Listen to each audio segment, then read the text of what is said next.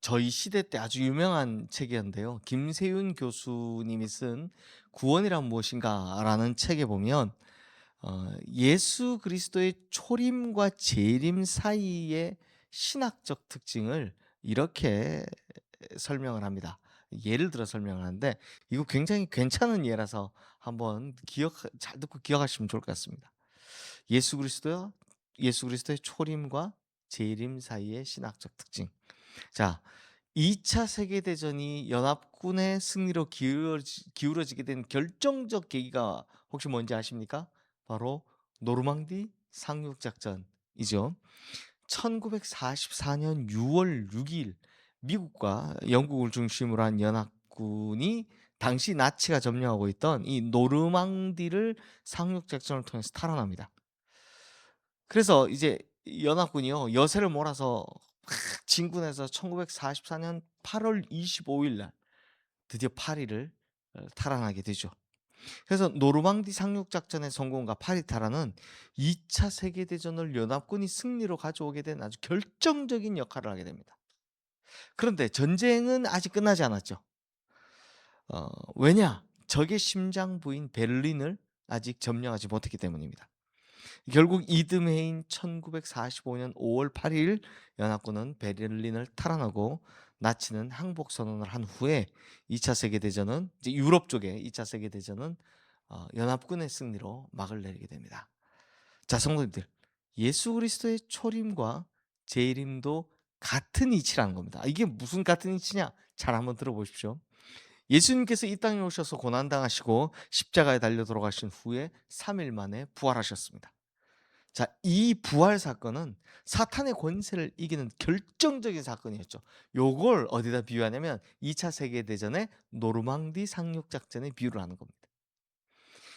근데 아직 사탄이 완전히 사라졌습니까? 아니면 잔당이 남아 있습니까? 남아 있잖아요. 요건 예수님께서 재림하신 후에야 악의 권세가 완전히 소멸되고 그때가 완전한 승리를 선언할 것이다. 그래서 이게 연합군이 베를린을 점령하고 항복 선언을 받고 나서 2차 세계 대전을 끝난 것과 같을 거다라고 합니다. 요건 재림이라는 거죠. 즉 예수님께서 다시 오실 그날 그리스도인들은 완전한 승리를 확인하게 될 것이다라는 겁니다. 그러니까 예수님의 이 김세영 교수님의 이야기입니다. 교수님의 이야기는 뭡니까? 이 노르망디 상륙 작전으로 인해서 완전히 기세를 승기를 팍 잡은 거. 이걸 초림. 예수님이 2000년 전에 오신 날로 했고 재림은 완전히 항복 선언을 받고 전쟁을 끝내는 날이라고 설명을 한 겁니다. 자, 성도님들. 그렇다면 지금 우리는요. 예수님의 초림과 재림 사이를 살아가고 있습니다. 그렇죠? 2000년 오셨고 언제 오실지 모르고. 그래서 교회는요. 이거 생각해 보면 되게 좀 재밌는데요. 예수님께서 부활하시고 승천하신 후에 생겨났죠. 교회는. 그럼 예수님께서 재림하시고 난 후에 교회는 자연히 사라질 겁니다. 지금 이 교회는 사라질 겁니다. 즉 교회는 예수님의 재림과 초림 사이에만 존재하는 겁니다. 왜? 그때까지만 잘 버티라고. 그러니까 이 말은 우리는 곧 예수님의 초림 이후의 삶을 사며 예수님이 재림을 기다리는 인생들이다라는 거죠. 자, 그렇다면 성도님들, 우리는 그러면 이 초림과 재림 사이를 살아가는 우리는 어떻게 살아가야 되겠습니까? 히브리서 기자는 예수님의 초림과 재림 사이를 살고 있는 성도들과 교회는 이렇게 살아야 한다고 전하고 있습니다. 27절 말씀 우리 함께 읽겠습니다. 한 번 죽는 것은 사람에게 정해진 것이요 그 후에는 심판이 있으리니. 자, 히브리서 기자는 우리가 알고 있는데 매일 되새겨야 할 진리, 그러니까 즉 알고 있으나 늘 잊어버리고 사는 진리를 이렇게 설명하고 있습니다. 첫 번째, 성도님들, 한 번 죽는 것은 사람에게 반드시 정해진 바입니다.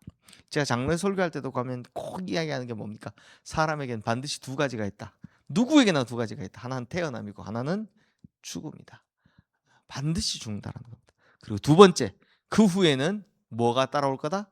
심판이 있으리니. 이거 예수님께서도 항상 하신 말씀이었습니다. 성도님들, 하나님께서 흙으로 사람의 형상을 빚으시고 거기다 생기를 부어 만들어 주셨죠.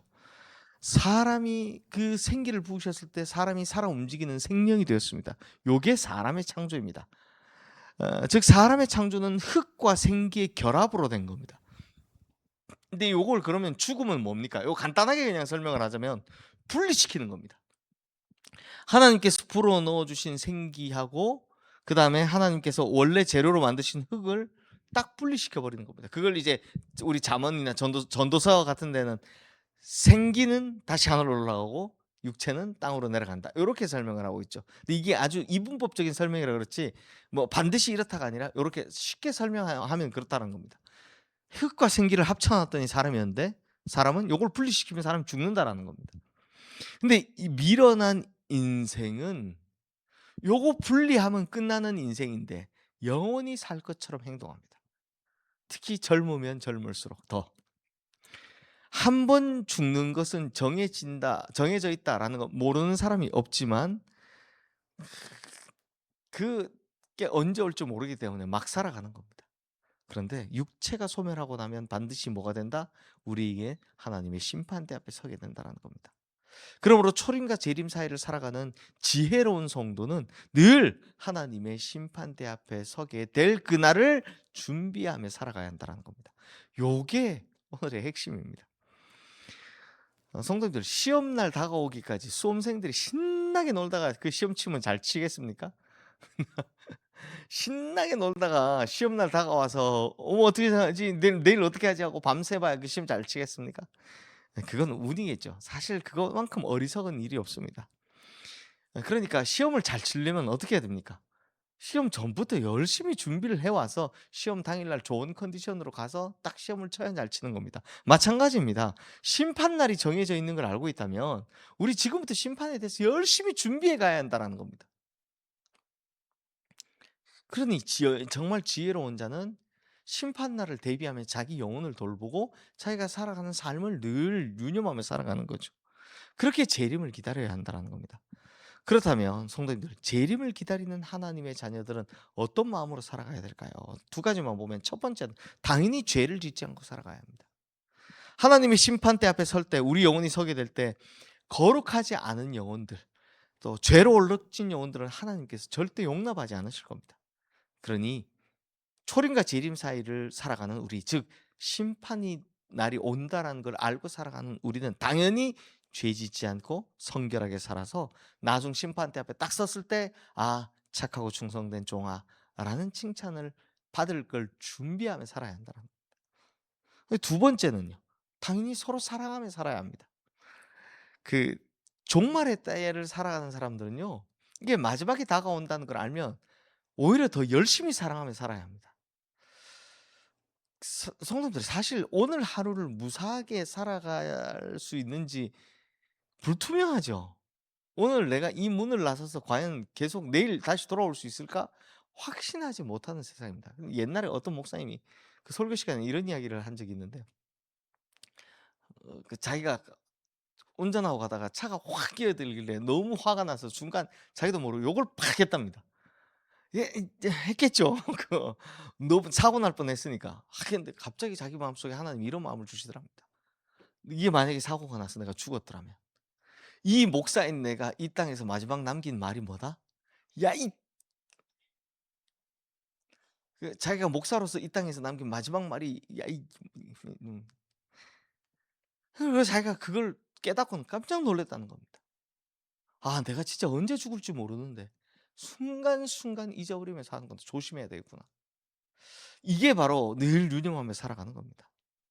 성도님들 오늘 우리가 진짜 무사하게 지낼 수 있는지 없는지 모르는 이 상황 속에서 서로 미워하고 산다, 반목하고 산다. 그게 어리석은 일이죠. 서로 사랑하고 서로 사랑을 표현하며 살아도 부족한 시간이니까 재림을 준비하는 하나님의 자녀들은 심판대 앞에 설 것을 기다리고 있는 준비하는 이 자녀들은 늘 사랑하며 살아야 한다는 겁니다.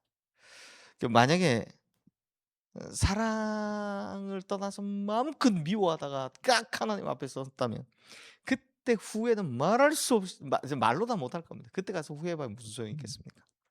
그러니 재림을 준비하는 우리 성도님들은 이웃을 사랑하고 함께하는 교회 성도들을 사랑하고 또 함께하는 가족들을 사랑하고 이 부질없는 것 때문에 굳이 미워하지 마시고요. 그 뭐 서로 미워해봐야 그 무슨 소용이 있습니까? 그 싫어해봐야 무슨 소용이 있습니까?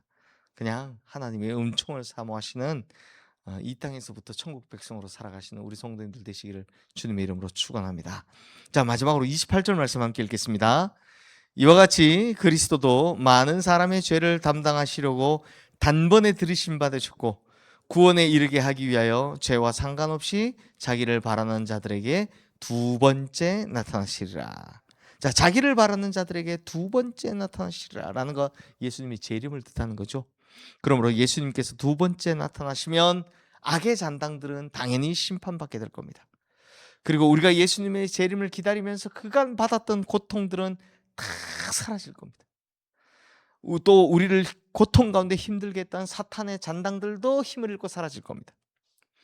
이 세상의 부조리함들, 도저히 이해할 수 없었던 이 고통들도 사라질 겁니다. 그러니 그때 되면 하나님의 자녀들은 베를린을 점령한 것처럼 항복 선언 받은 것처럼 완전한 승리를 선언하게 될 겁니다. 사랑하는 성도님들, 예수님께서 이 땅에 돌아가신 후 3일 만에 부활하심으로 우리는 이미 승리를 얻은 자입니다. 그러니 항상 이 승리 의식, 종말 의식을 가지고 살아가야 되는 겁니다. 그래서 하나님께서 확인하신 승리를 우리도 확인할 줄 알아야 되죠. 그거 하려면 뭐합니까? 예수님께서 재림하신 그날까지 먼저는 죄 짓지 않는 거룩한 자녀로 살아가고, 또한 주변의 이웃들과 성도들을 사랑하면서 이 땅에서부터 천국 백성으로 살아가는, 그래서 그때 천국 가도 내가 이 땅에서부터 천국 백성으로 살아왔기 때문에 아무런 꺼리낌 없이 천국에 들어갈 수 있는 그런 우리 성도님들 다 되시기를 주님의 이름으로 축원합니다. 이 시간 오늘 주신 말씀 기억하며 우리 함께 기도하겠습니다.